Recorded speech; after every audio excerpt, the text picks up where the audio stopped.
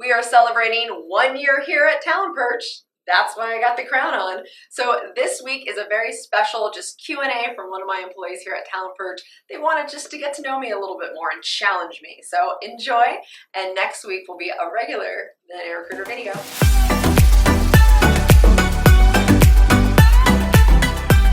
Hey, welcome to the Millionaire Recruiter. I'm Brianna Rooney, your Millionaire Recruiter. And if you have not seen this channel before, it's all about upping your game in the recruiting industry with this really cool hat. So I have Kate here next to me. Hi. She has been with me at Techies, and I have had the pleasure with working with her at TalentPerch, where she heads up the Falcon team. Falcon team, works on special projects. This woman right here is a Swiss Army knife. So we have TalentPerch's birthday approaching. This gorgeous crown was made to by one of my favorite employees. Obviously, teacher's pet here. Nice. No, thank you. This is amazing. I told her that I love crowns. I heard she was a crown whiz. She surprised us with me, and obviously this is amazing. She always has great headbands on too. True. We're going to start a side business. So for the birthday, because this is our first birthday, very exciting. I love birthdays. And shout out to Lady Bird, who said, let's not make it anniversaries. Let's do it birthdays. So Ooh, fun. okay. Love birthdays. So Kate said, can I ask you a few questions? And I said, all right, well, let's do it on camera. All right. So I don't know what the questions are because that wouldn't be any fun. That wouldn't be authentic. So hit me with it. Here we go. So the first one is, what sparked you and lit the match to start TalentPerch during a pandemic? What pandemic? Yeah, so a couple things there. First of all, I am not a news watcher. Okay, fine. Yes, I know COVID happened. So I didn't really think about it. And for me, for I think the recruiting world in general, COVID was kind of a blessing. I know that sounds awful, but business-wise, it brought recruiting to like the center, which I don't think we've gotten a lot of respect in this industry, which we talk about all the time. But I had this idea to do more of a like embedded strategic recruiting model a couple years ago. The problem is that I did the Bay Area. I'm in Southern California. Everyone was on site. And so I didn't want I'm not moving to the Bay, but also that's a different subject. But no, it was really difficult. Like, how was I going to open up an office in San Francisco? I was going to have to travel. I was going to have to, lead from afar. And I didn't have any experience in that. Now I do, which is awesome. But we had to learn a lot how to work remotely. And so that idea I just kind of have thought about for a while. And then I have this amazing exec coach. And she is. Cheryl's amazing. Shout out to Cheryl. But I've been asked the question a lot, where do you see yourself in 5 years? And that to me is like the most overwhelming question. Like, I will never answer. Where do you see yourself in 5 years? I always shut down. I'm like, Yeah, shut down city. No, thank you. So she put it in a really cool way. She said, okay, what do you see yourself working on in 2 years? Ooh, that's a better question. Way better question.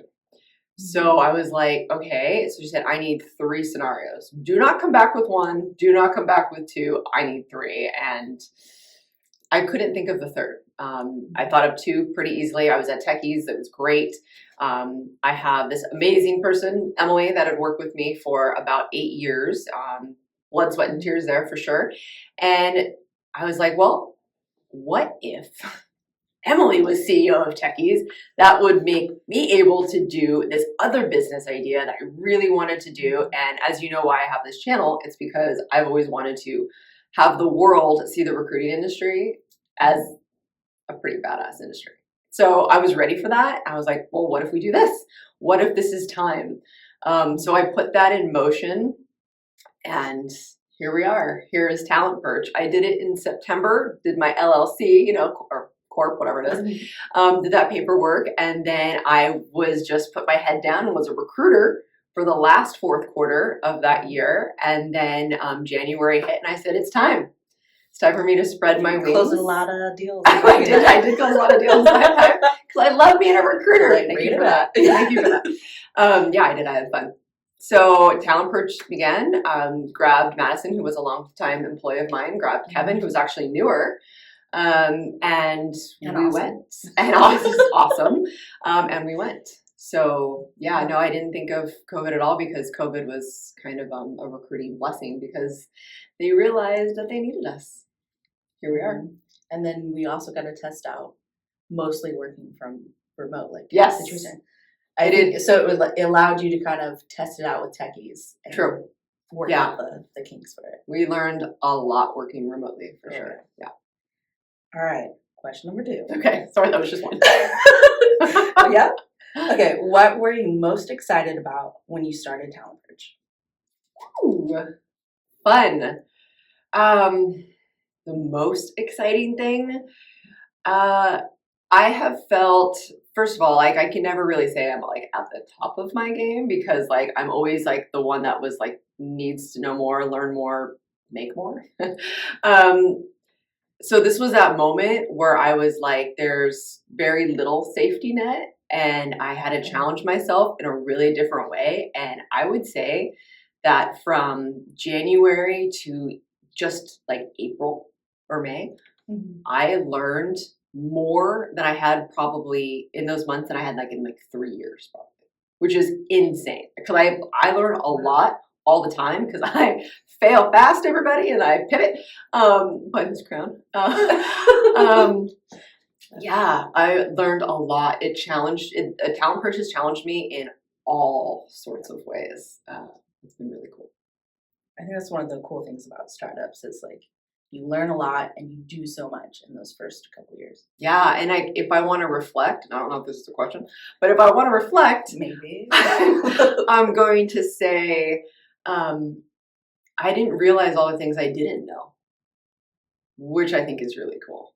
And so the last couple years of techies, although like again, like I felt like I always brought it, like I always like was on my A game, but honestly, like I was chill in comparison. So this has been really cool.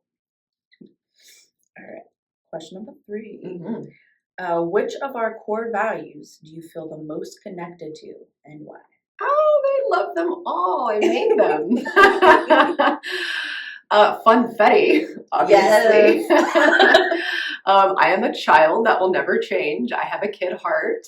I'm definitely the one playing in the mud, and I'm going to Disneyland on Sunday. The puddles. Definitely a puddle jumper. Yeah, so I have just so much passion for this industry, and that hasn't changed since day one. So that's why I brought Funfetti as a value because I think the most passionate people in the world are kids. Their passion is pure. And so I was thinking if I was ever going to have a passion that remains strong, that I want to do something that I love to do and I get up and find better ways to do it and let other people experience it too. That's the passion. That's the Funfetti. That's the cupcake I like to eat. So the frosting, the Funfetti frosting. Oh my god. Yep. Yummy. Okay. Number 4. What do you expect from your team? Everything. What do I expect to? So, I bring it. Like I want everyone to bring their A game every single day, and I need to see it with a smile. So that is something I do have. That is a pet peeve of mine. There's been just so many studies that show a smile triggers a reaction in both yourself and someone else. So yeah, I would expect that the team comes in with a smile and we're ready to have conversations and just get to work and get shit done. What is the trigger of someone frowning? Like what does it do? I shut down. Like I feel like I'm concerned. Like I'd be like, do we have to talk about this? Because like I can't move into a conversation if I visually see someone's face is upset or perplexed. Even like thinking to me kind of triggers something that I have to feel like I have to talk it out. I am the first person to say sorry and to talk something out. So for me, I cannot move forward in a conversation if I feel something is like lurking. I'm very much like elephant in the room. Let's do it. I need to talk about it. Does it trigger like a bunch of questions in a row? You're like, what are they thinking? Oh yeah, it's too much. And I cannot be creative. Yeah. That's a lot. That's important. Yeah. All right. Number 5. Okay. How did you get to know your genius, which is one of our core values? Ooh, I just messed up a lot. Trial and error. Boom. Yeah, which is what Culture Champions Week. So for our birthday, we're doing a Culture Champions Week that I'm very excited about. And it's about failing for the future. So I would actually say that one of my geniuses, and I know like we have it all like mapped out and everything, but like if I were going to like dissect it in my own little way, it's resilience, and it's being able to like overcome something and not really care. Like I could care less if I fell right on the floor right now. I would get back out, pop my little crown out. I almost wanted to like fall. And so that to me is like my particular genius. But I also learned probably like midway in my career that I was also a cheerleader for people, that I would like empower people. That's one of that's yeah. That I just really, for me, I wanted to, from my work to them, the training, I wanted to see them succeed. And that was my new like shiny penny. I do. I love watching that too. That's fun. All right. Number 6. Has there been a moment where you felt like TalentPerch wasn't going to succeed? No. Be honest. Okay. All right. So I will say there was about 6 weeks I was pretty damn nervous.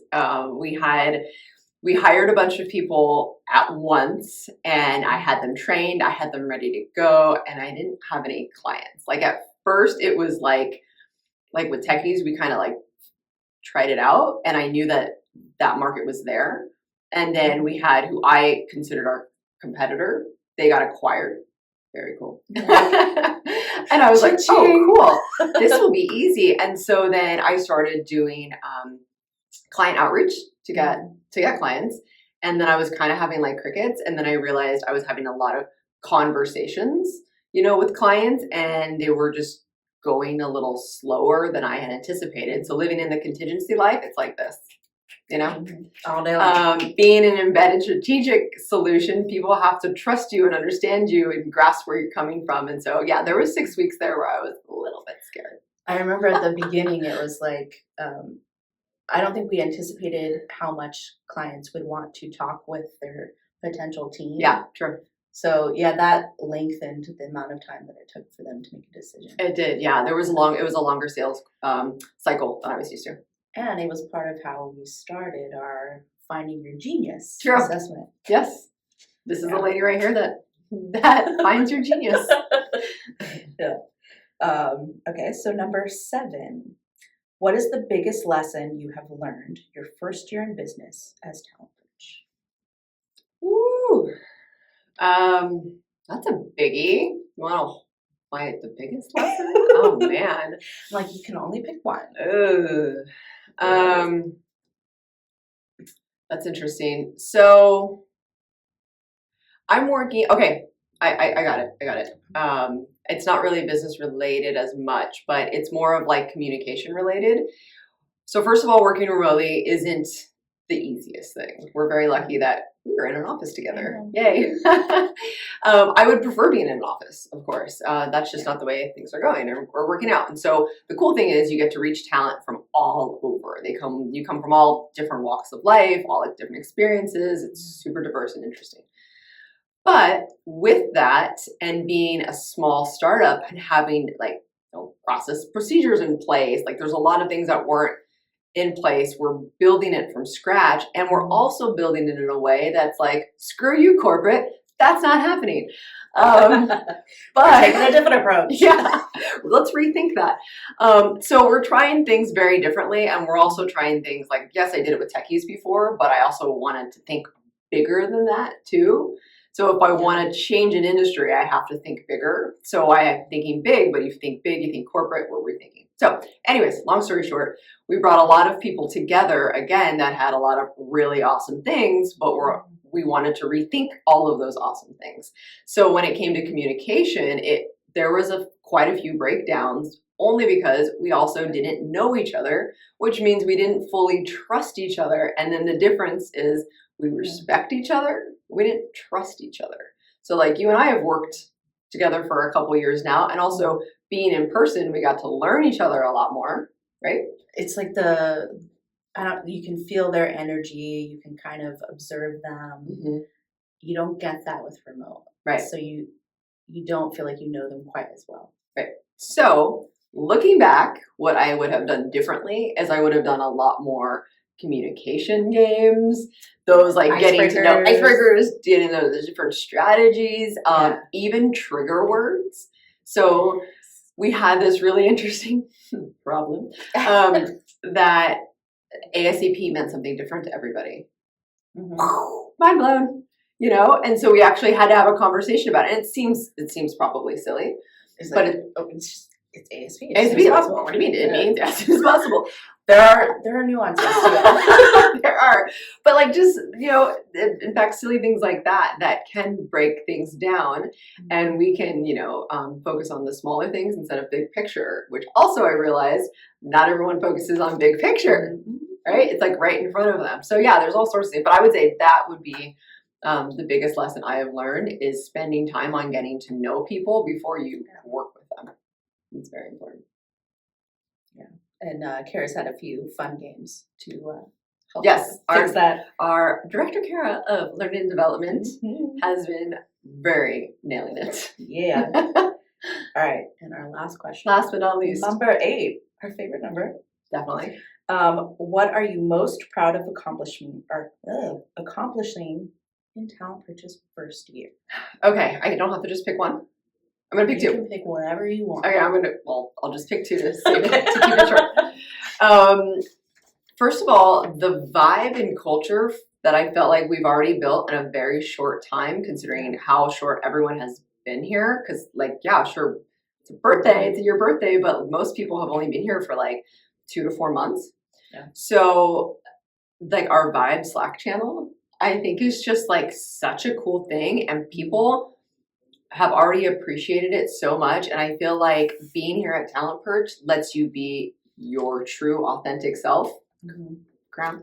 Yeah. So like there's no judging, there's just transparency. Like we just keep it real, which I think is really cool. And like I have heard so many amazing things from people about that in particular, and that they feel at home, like they found their home. They're like, this is where I want to be. Like, I'm here to learn. Like, this is cool. You know, so all of those comments, like I am insanely proud of. So that's exciting. And then you're hitting me on quite a week because Thriversity, my literally dream come true, debuted this week. Ooh. Thank you, like to every single person. Like I'm not like it's like my acceptance speech. Every single person that helped make that dream a reality. But as you know, who have followed me in this journey, is the Millionaire Recruiter. I had a 3-hour course. 3-hour tour. Sorry. I started singing that. So we had a 3-hour course, which did go well, and it was cool. But you know, with COVID, it didn't feel relevant to me anymore. And so, as I always talk about changing this industry and making sure that there's training here. That's the only way that we can uplift this industry is with training. Is I wanted to build something very robust, something that hadn't been done before. I wanted to disrupt things, give a real accredited certification in training, which does not exist. I have not found one. First. Hopefully, right? But anyway, but no, really robust, very cool. I talk all the time that I am not into like formal education, like whatsoever. Let's contradict myself for a second. I want this to become a college degree because college is for some people. And so sometimes that's how they have to learn. That's how they have to grow up. So I want that to be an option for you guys. So so Thriversity is this amazing learning management system that we're using Blackboard. And there is literally 14 years of blood, sweat, and tears in there. All the lessons you've learned along your journey. Yeah, and it even comes with emotional intelligence, resilience in recruiting. Like there's like it's very cool. There's flashcards, there's some VR, like it's cool. And so it debuted this week. We're testing it out before it goes live. I know I've gotten a lot of support from all of you. Thank you so much. Asking when the course is coming back out. It's soon, but we have to test the bugs. I got to make sure it's right. I won't put my name on anything that I don't truly believe in. So 100%. Yeah, the dream come true there. So that's for sure what I'm most proud of. Awesome. Yeah. All right. You gonna sing to me now? I'll save you guys that embarrassment. Yeah. Nice. Okay, cool. So I know that this was more of a longer video than a lot of people are used to, but I hope you enjoyed it. This is me. And well, that's Kate. But no, I want to make sure that you know, I know there's a lot of people that do want to start their own business. Is it scary? Sure as hell it's scary. But I think as you saw here, like, you just don't think about it. Like, you have a good idea, you have the drive, you have the passion, the fun Betty, then you just got to go for it. But you also have to make sure that you have the training too. You have to know what you're doing in that aspect of things and just make all the other stuff up. So don't be afraid to fail. Just pick yourself up. Yeah, or have someone that picks you up with you. Yeah. I had a couple moments where Kate was like, "You're gonna be okay." We had a moment with our name, but anyways, so thank you so much. I will see you every single Thursday at noon, and thank you for Talent Perch crew for making dreams become realities. See you next week.